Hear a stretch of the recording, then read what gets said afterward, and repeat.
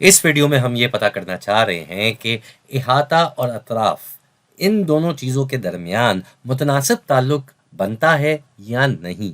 तो इसको समझने के लिए हम अपने सामने एक मुरब्बा ले आते हैं। भाई ये एक मुरब्बा यानी कि एक स्क्वायर हमारे सामने आ गया है और इसकी खूबी ये होती है कि इसके चारों अतराफ, ये जो चारों अतराफ है ये आपस में बराबर होते हैं। आप देख सकते हैं कि यहाँ पे ये x लिखा हुआ है, इधर भी x लिखा हुआ है, यानी कि जो इधर लंबाई होगी वही लंबाई यहाँ होगी और इसी तरीके से बाकी दोनों तरफ भी यही x के नाम की लंबाई होगी।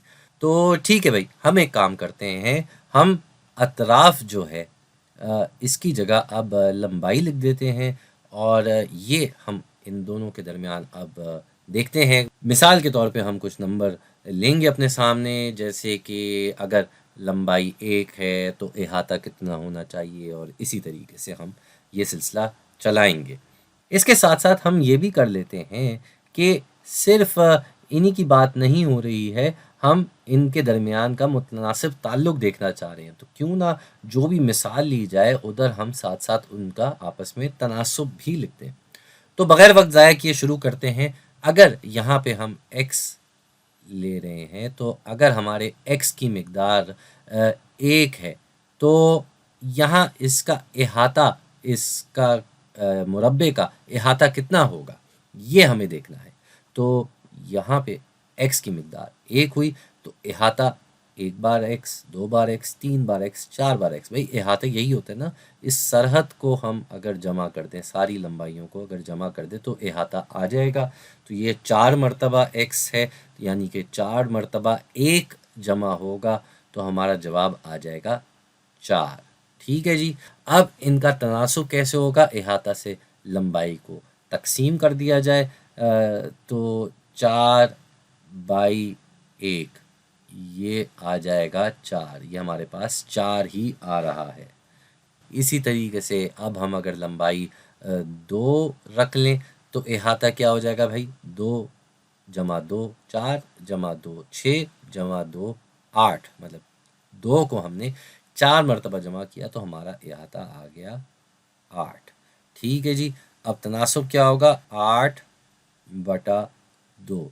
पहले मैंने गलती से बाई कह दिया था, ये बटा है, बटा। वो अंग्रेज़ी में असल में कहते हैं 8/2, 4/1, तो वो कभी बार उर्दू अंग्रेज़ी मिक्स हो जाती है, माजरत चाहूँगा। 8/2 तो ये क्या हो जाएगा भाई, 8/2, इसका भी जवाब 4 आ रहा है।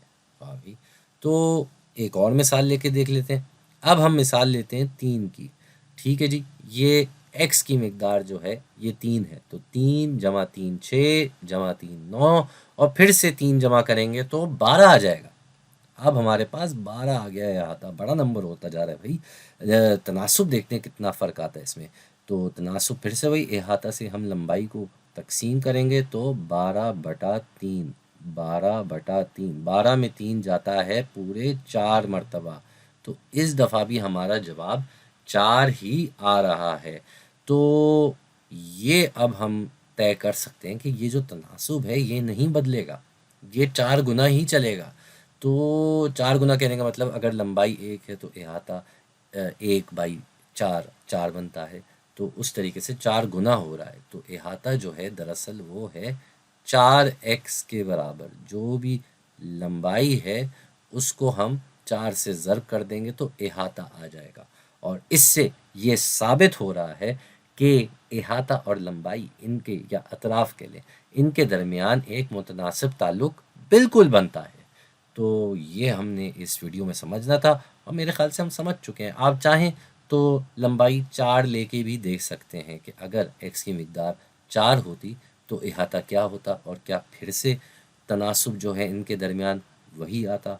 दूसरी बात जो है वो ये है कि आप तनासुब ऐसे भी कर सकते थे कि 1 से 4 को तकसीम कर रहे होते, फिर आपको 2 से 8 को तकसीम करना और 3 को 12 से तकसीम करना होता।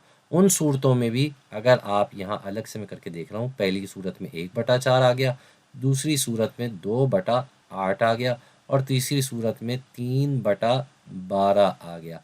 तीनों सूरतों में हमारी जो ये कसर है ये 1/4 4 کے منفرد روپ میں آ جاتی، تو ادھر بھی آپ دیکھیں تناسب برابر ہی رہتا۔